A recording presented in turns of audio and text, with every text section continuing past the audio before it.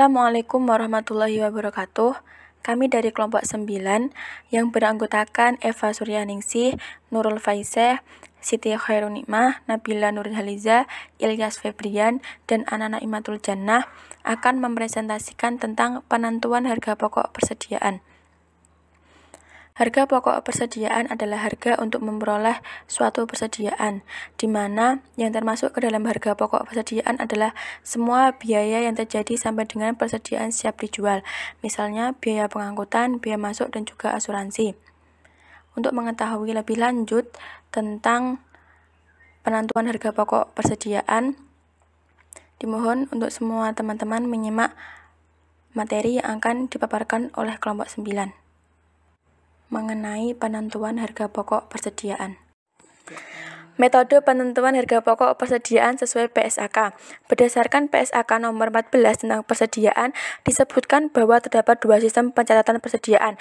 Nah, sistem pencatatan persediaan yang pertama yaitu sistem persediaan periodik atau fisik atau periodical physical inventory system, di mana dalam penentuan persediaan dilakukan melalui perhitungan secara fisik yang lazim dilakukan pada setiap akhir periode akuntansi dalam rangka menyiapkan laporan keuangan. Nah, melalui perhitungan fisik ini jumlah kuantitas persediaan akan diketahui, misalnya dalam berat, meter, kilogram, galon, dan sebagainya, sehingga nilai persediaan dapat dihitung dengan pengalikan jumlah kuantitas persediaan dengan suatu harga yang sesuai dengan metode penilaian persediaan yang dipilih oleh perusahaan. Adapun sistem pencatatan persediaan yang kedua yaitu sistem persediaan terus-menerus atau perpetual inventory system, di mana pencatatan mutasi persediaan dilakukan secara terus-menerus dan berkesinambungan, sehingga mutasi persediaan selama satu periode termonitor dan setiap saat jumlah maupun nilai persediaan dapat diketahui tanpa melakukan perhitungan secara fisik. Nah, dengan adanya sistem ini, maka seluruh mutasi persediaan selama satu periode akan dicatat dalam akun persediaan. Persediaan juga harus diukur berdasarkan biaya atau nilai realisasi neto untuk menentukan mana yang lebih rendah. Biaya persediaan ditentukan melalui dua proses, yaitu menentukan biaya pembelian atau pembuatan barang atau biaya persediaan atau inventoriable cost, dan mengalokasikan jumlah nilai persediaan awal dan biaya pembelian atau pembuatan barang ke biaya persediaan akhir dan harga pokok penjualan dengan menggunakan rumus biaya. Adapun penetapan besarnya nilai persediaan akhir dapat menggunakan beberapa metode. Yang pertama yaitu dengan menggunakan metode identifikasi khusus. Yang kedua menggunakan metode masuk pertama keluar pertama atau FIFO. Yang ketiga menggunakan metode masuk terakhir keluar pertama atau LIFO, dan juga yang terakhir menggunakan metode rata-rata atau average. Selanjutnya yaitu menyusun kartu sediaan sesuai dengan metode pengakuan harga pokok sediaan. Pengertian kartu persediaan barang atau dikenal bin card atau stock card adalah ringkasan pergerakan persediaan dan sisa saldo. Laporan ini berisi informasi dari pergerakan yang mencakup saldo awal, penerimaan stok, penerbitan stok, dan kuantitas akhir. Untuk menyusun kartu sediaan sesuai dengan metode pengakuan harga pokok sediaan, bisa kita lihat pada gambar sebagai berikut. Dengan keterangan company name atau nama perusahaan, material name atau nama barang, material code atau kode barang. Selanjutnya yaitu location, lokasi gudang atau toko. Maksimum level stock atau stok maksimum yang harus ada di gudang atau toko. Selanjutnya minimum level stock atau stok minimum yang harus ada di gudang atau toko. Yang terakhir, reorder level, yaitu nilai di mana seharusnya melakukan pemesanan barang.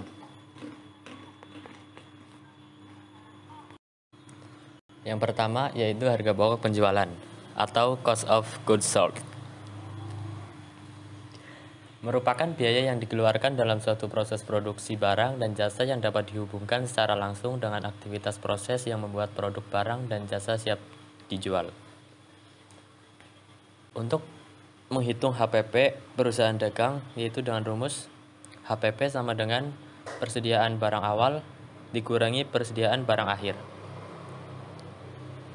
Perhitungan HPP perusahaan manufaktur untuk mendapatkan HPP yang akurat yaitu melalui beberapa tahap. Tahap yang pertama yaitu menghitung bahan baku yang digunakan, yaitu dengan rumus saldo awal bahan baku ditambah pembelian bahan baku dikurangi saldo akhir bahan baku. Untuk tahap yang kedua yaitu menghitung biaya produksi dengan rumus bahan baku yang digunakan ditambah biaya tenaga kerja langsung ditambah biaya overhead produksi. Pada tahap ketiga yaitu menghitung harga pokok produksi dengan rumus total biaya produksi ditambah saldo awal persediaan barang dalam proses produksi dikurangi saldo akhir persediaan barang dalam proses produksi. Untuk pada tahap yang keempat, yaitu menghitung harga pokok penjualan dengan rumus harga pokok produksi ditambah persediaan barang awal dikurangi persediaan barang akhir.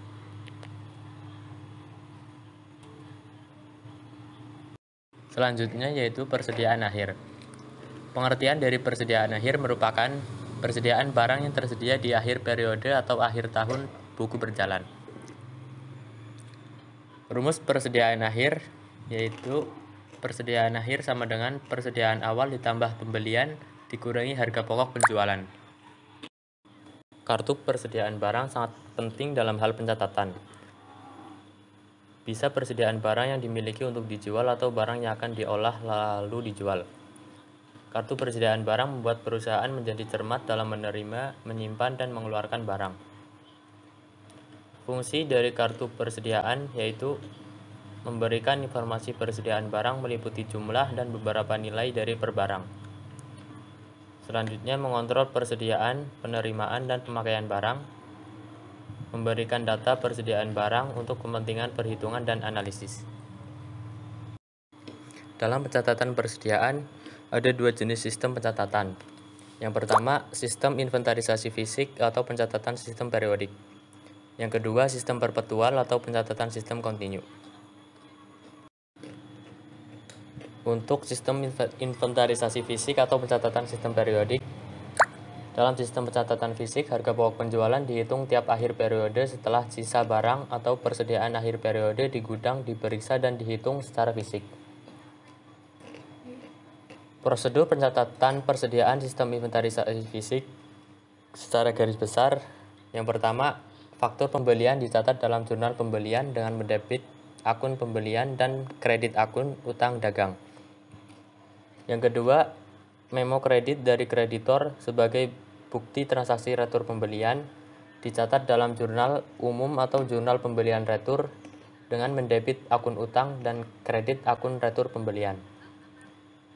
Yang ketiga, faktur penjualan dicatat dalam jurnal penjualan dengan mendebit akun piutang dagang, kredit hasil akun penjualan. Yang keempat, memo kredit yang dikirimkan kepada debitur sebagai bukti transaksi penjualan retur dicatat dalam jurnal umum atau jurnal penjualan retur.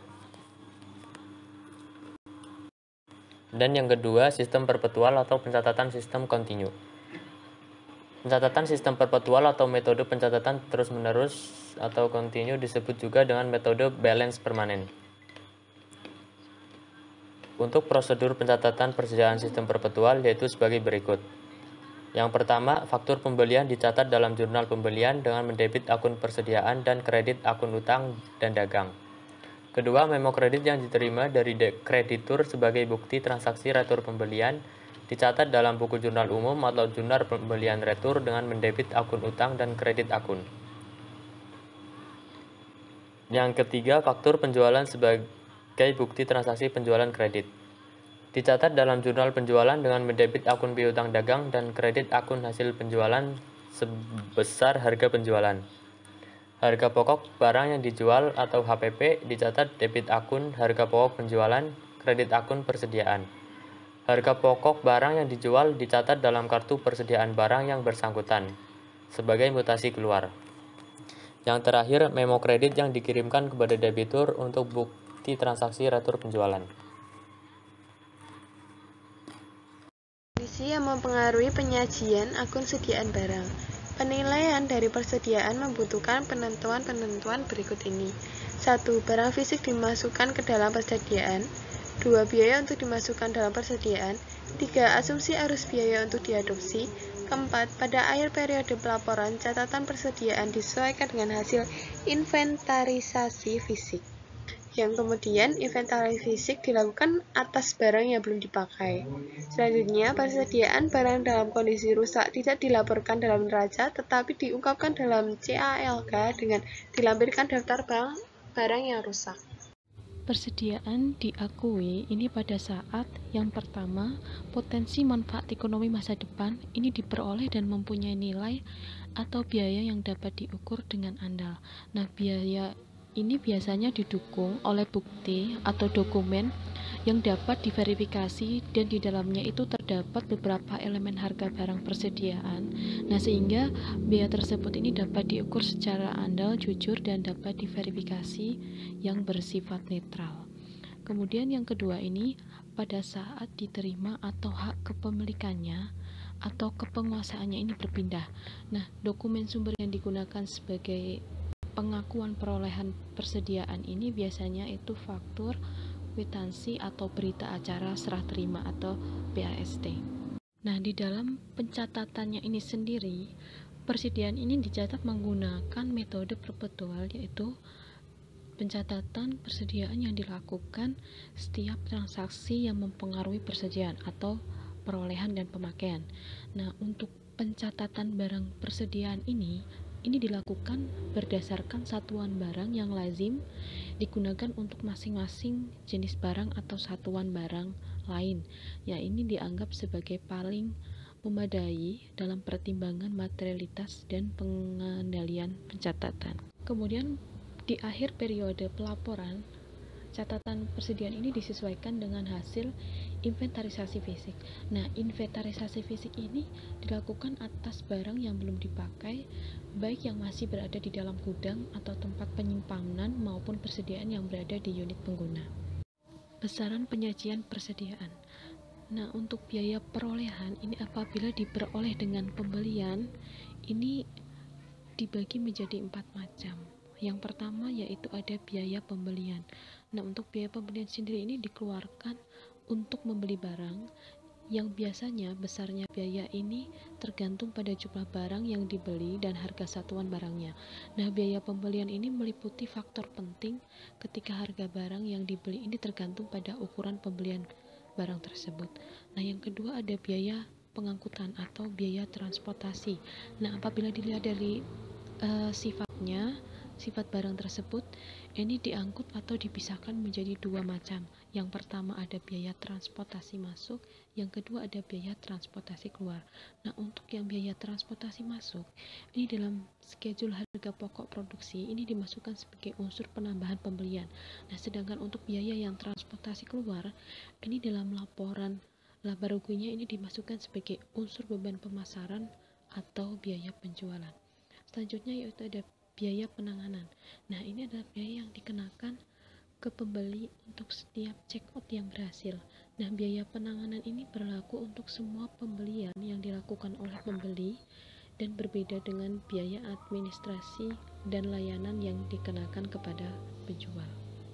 Kemudian yang terakhir ada biaya lainnya. Nah, ini adalah biaya yang secara langsung dibebankan pada perolehan persediaan. Kemudian ada beberapa hal yang mengurangi biaya perolehan persediaan. Yang pertama ada potongan harga, yang kedua ada rabat atau sejenisnya. Pembahasan selanjutnya yaitu mengenai persediaan yang diungkapkan dalam catatan akuntansi laporan keuangan. Persediaan diungkapkan secara memadai dalam catatan atas laporan keuangan dengan hal-hal yang pertama yaitu kebijakan akuntansi yang digunakan dalam pengukuran persediaan. Yang kedua, penjelasan lebih lanjut mengenai persediaan seperti barang atau perlengkapan yang digunakan dalam pelayanan masyarakat atau barang atau perlengkapan yang digunakan dalam proses produksi, barang yang disimpan untuk dijual atau diserahkan kepada masyarakat, dan barang yang masih dalam proses produksi yang dimaksud untuk dijual atau diserahkan kepada masyarakat. Yang ketiga itu penjelasan atas selisih antara pencatatan dengan hasil inventarisasi fisik. Yang terakhir yaitu jenis, jumlah, dan nilai persediaan dalam kondisi rusak atau usang. Perlakuan persediaan barang. barang persediaan yang memiliki nilai nominal yang dimaksudkan untuk dijual seperti pita cukai dinilai dengan biaya perolehan terakhir. Yang kedua, persediaan berupa barang yang akan diserahkan kepada pihak ketiga yang masih dalam proses pembangunan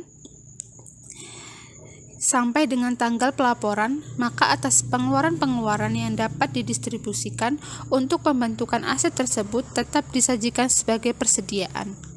Yang ketiga, ada kalanya unit pemerintah karena tugas dan fungsinya menerima hibah berupa emas seperti penerimaan hibah tidak tertebak atau HTT atau hadiah yang tidak diambil oleh pemenang.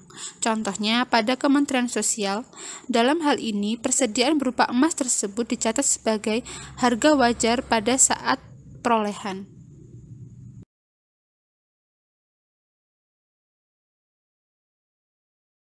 Perhitungan HPP. Dalam neraca saldo, sebagian perusahaan Bayu Jaya dapat data seperti di bawah ini. PT Bayu Jaya Malang per 31 Desember 2019. Persediaan barang dagang awal sebesar 7.500.000, pembelian sebesar 24.950.000, retur pembelian sebesar 1.350.000, potongan pembelian sebesar 276.000, dan persediaan barang dagang akhir sebesar 7.900.000.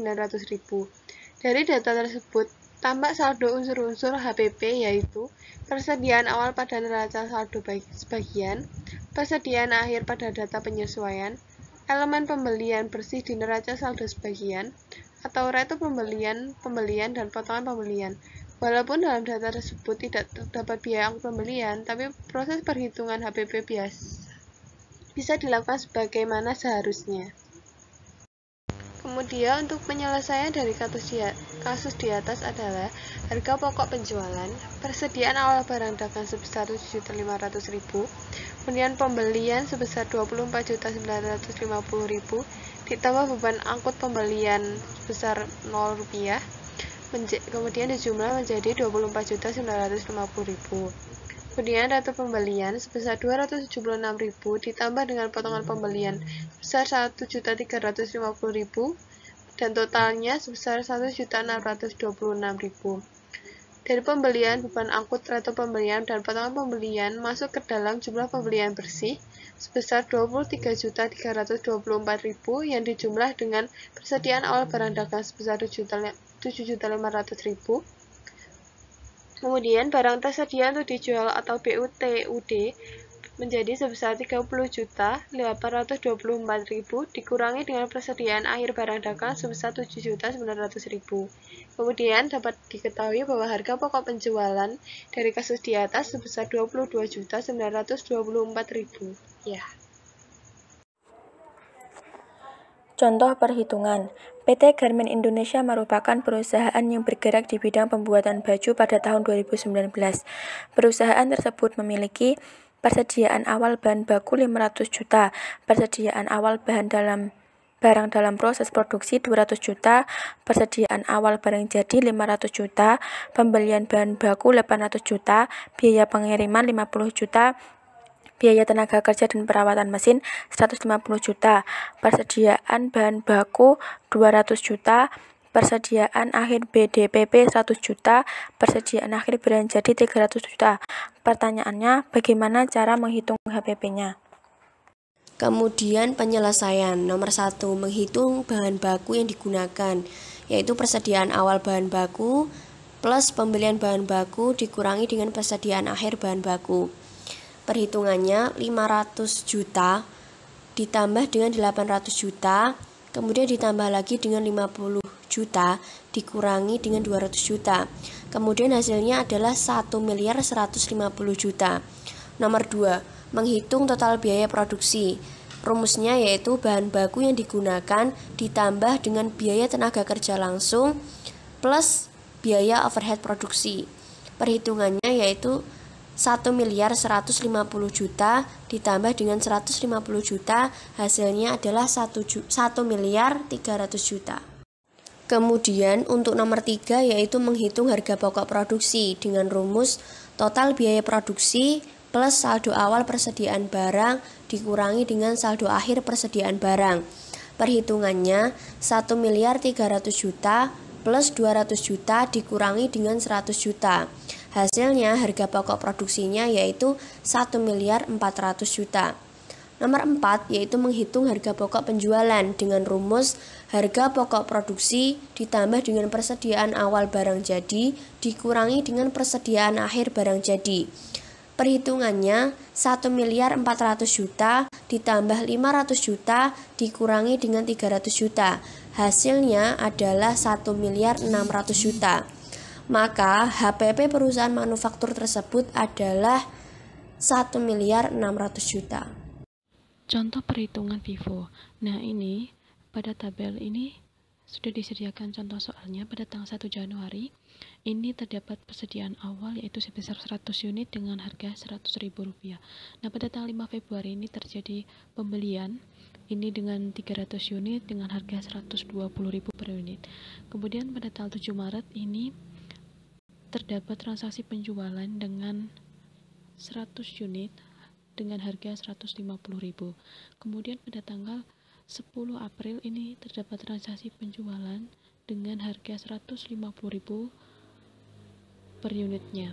Kemudian pada tanggal 2 Mei ini terdapat transaksi pembelian ini sebesar 100 unit dengan harga Rp130.000 per unitnya. Kemudian pada tanggal 5 Juni ini terdapat transaksi penjualan sebesar 200 unit dengan harga Rp160.000 per unit. Pada tanggal 6 Juli ini terdapat transaksi pembelian sebesar 300 unit dengan harga Rp125.000. Kemudian pada tanggal 7 Oktober terdapat transaksi penjualan sebesar 100 unit dengan harga Rp160.000. Pada tanggal 10 November ini terdapat transaksi penjualan sebesar 200 dengan harga Rp170.000. Kemudian pada tanggal 3 Desember ini terdapat transaksi pembelian sebesar 100 unit dengan harga Rp130.000. Nah, selanjutnya untuk penyelesaiannya yaitu dalam penerapan metode FIFO ini berarti perusahaan ini akan menggunakan persediaan barang yang lama atau pertama masuk untuk dijual terlebih dahulu. Nah, langsung saja ini yang dicatat pertama yaitu persediaan awal pada tanggal 1 Januari ini sebanyak 100 unit dengan harga Rp100.000 per unit. Nah, pada tanggal 5 Februari ini terdapat transaksi pembelian 300 unit dengan harga Rp120.000 per unit. Kemudian pada tanggal 7 Maret ini terdapat transaksi penjualan sebanyak 100 unit. Nah, dikarenakan menggunakan metode FIFO sehingga yang dikeluarkan dalam persediaan ini adalah unit dengan harga Rp100.000 per unit. Nah, sehingga yang dicatat pada harga pokok penjualan pada tanggal 7 Maret yaitu 100 unit dengan harga Rp100.000 per unit. Kemudian pada tanggal 10 April ini terdapat transaksi penjualan sebanyak 100 unit. Nah, dikarenakan untuk persediaan awal dengan harga Rp100.000 per unitnya ini telah habis, sehingga yang dikeluarkan dari persediaan ini adalah unit dengan harga Rp120.000 per unit. Nah, sehingga untuk harga pokok penjualnya sendiri yang dicatat yaitu pada tanggal 10 April ini adalah 100 unit dengan harga Rp120.000 per unit. Selanjutnya pada tanggal 2 Mei ini terdapat dua transaksi yaitu transaksi pembelian dengan 200 unit dan transaksi pembelian dengan 100 unit. Nah, untuk 200 unit ini dengan harga Rp120.000 per unitnya, sedangkan untuk yang 100 ini dengan harga Rp130.000 per unitnya. Kemudian pada tanggal 5 Juni ini terdapat transaksi penjualan sebanyak 200 unit dengan harga Rp130.000 per unit. Nah, untuk harga pokok penjualannya ini yang dicatat pada tanggal 5 Juni ini adalah dengan 200 unit dengan harga Rp120.000 per unit. Selanjutnya pada tanggal 6 Juli ini terjadi transaksi pembelian sebanyak 300 unit dengan harga Rp120.000 per unit. Kemudian pada tanggal 7 Oktober ini terjadi transaksi penjualan yaitu sebesar 300 unit dengan harga Rp125.000 per unit.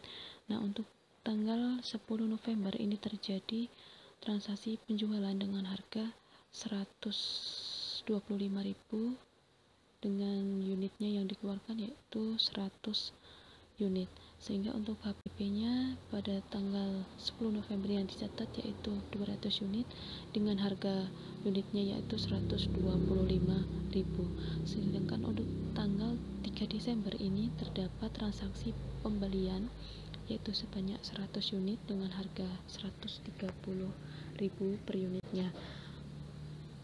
Dan pada tanggal 3 Desember ini juga terdapat transaksi penjualan dengan unit 100 dan harganya yaitu 130. Nah, untuk total dari pembelian ini sendiri ada 800 unit sehingga untuk total harganya ada 98.500.000 rupiah. Kemudian untuk HPP ini unitnya ada 700, kemudian untuk total harganya ini sebanyak 84 juta rupiah. Kemudian untuk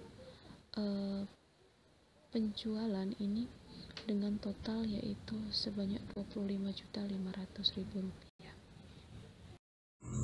Contoh perhitungan kartu persediaan. Di sini kami akan memberikan contoh perhitungan kartu persediaan pada kasus PT Semua Bisa yang menggunakan sistem perpetual untuk mencatat mutasi persediaan barang dagang dan metode less in first out atau LIFO untuk menghitung jumlah persediaan. Berikut ini adalah data mengenai barang dagangan PT Semua Bisa selama bulan Mei tahun 2011.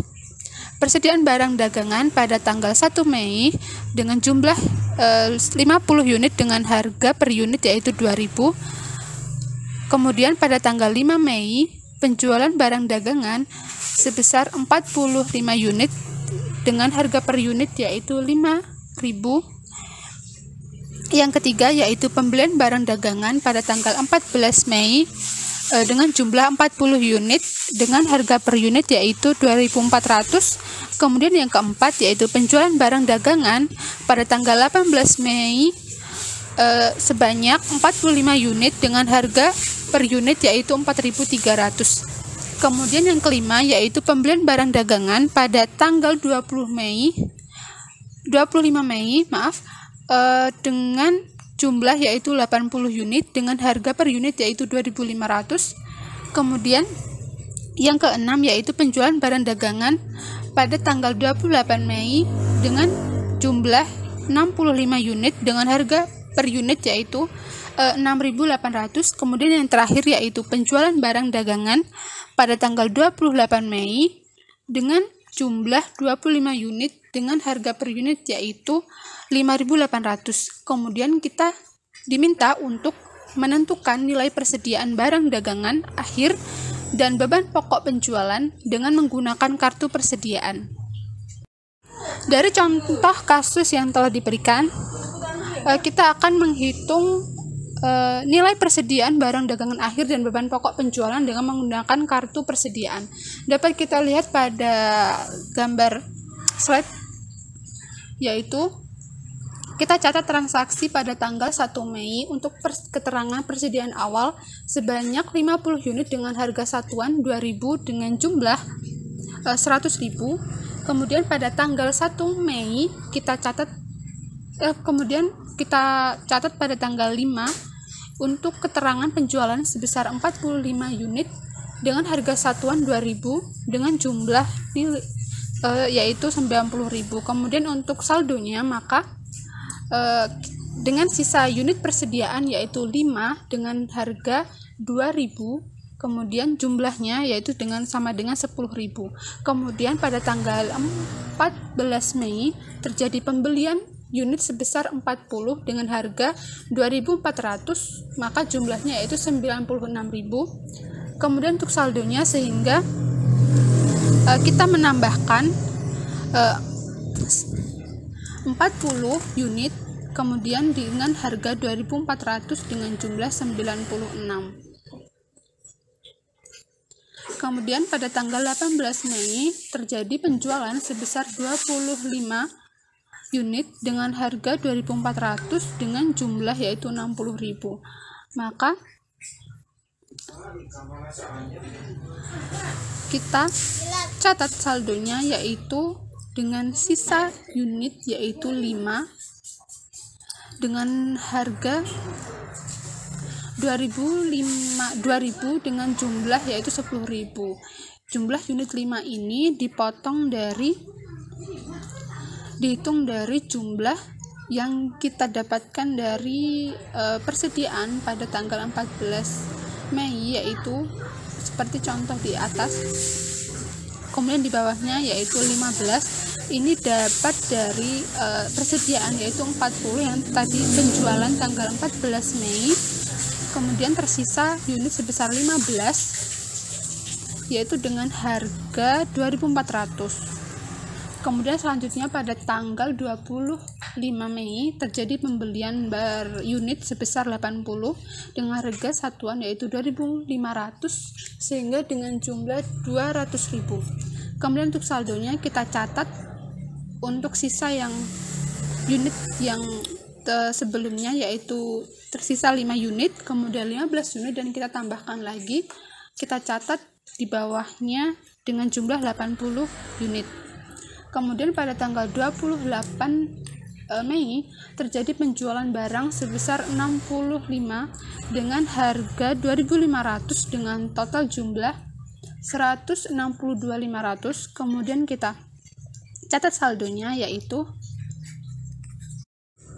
karena ini menggunakan metode LIFO yaitu unit yang terakhir yang masuk maka akan pertama keluar, maka di sini kita akan mencatat unit yang tersisa 5 itu kita catat, kemudian 15 kita catat, dan untuk yang kita beli terakhir yaitu yang 80 unit kita kurangkan sebesar 65 maka menjadi sisanya yaitu 15. Kemudian pada tanggal 29 Mei terjadi penjualan sebesar 15 unit maka dan 10 unit dengan harga yang 15 yaitu 2.500 sedangkan 10 unit yaitu 2.400. Kemudian kita kurangkan jumlah penjualan tersebut ke dalam unit yang kita beli pada terakhir kali yaitu pada pembelian 5 yang tersisa 15 kita kurangkan 10 dan 15. Kemudian unit yang tersisa yaitu 5 unit dengan harga 2.000, kemudian jumlahnya 10.000. Kemudian yang kedua yaitu 5 dengan harga 2.400 dengan total jumlah 12.000. Kemudian untuk total seluruhnya yaitu pada pemasukan kita hitung jumlah per unit yang masuk yaitu 120. Kemudian untuk jumlahnya 296.000. Kemudian untuk unit keluar kita jumlahkan semuanya pada transaksi awal dari tanggal 1 Mei hingga 29 Mei dengan total 120 dengan beban pokok penjualan yaitu sebesar 374.000. Kemudian untuk unit yang tersisa yaitu 10 menjadi persediaan akhir dengan harga total yaitu 22.000. Kami dari kelompok 9 telah selesai dalam penyampaian materi mengenai penentuan harga pokok produksi. Saya ucapkan terima kasih atas partisipasinya dan saya ucapkan wassalamualaikum warahmatullahi wabarakatuh.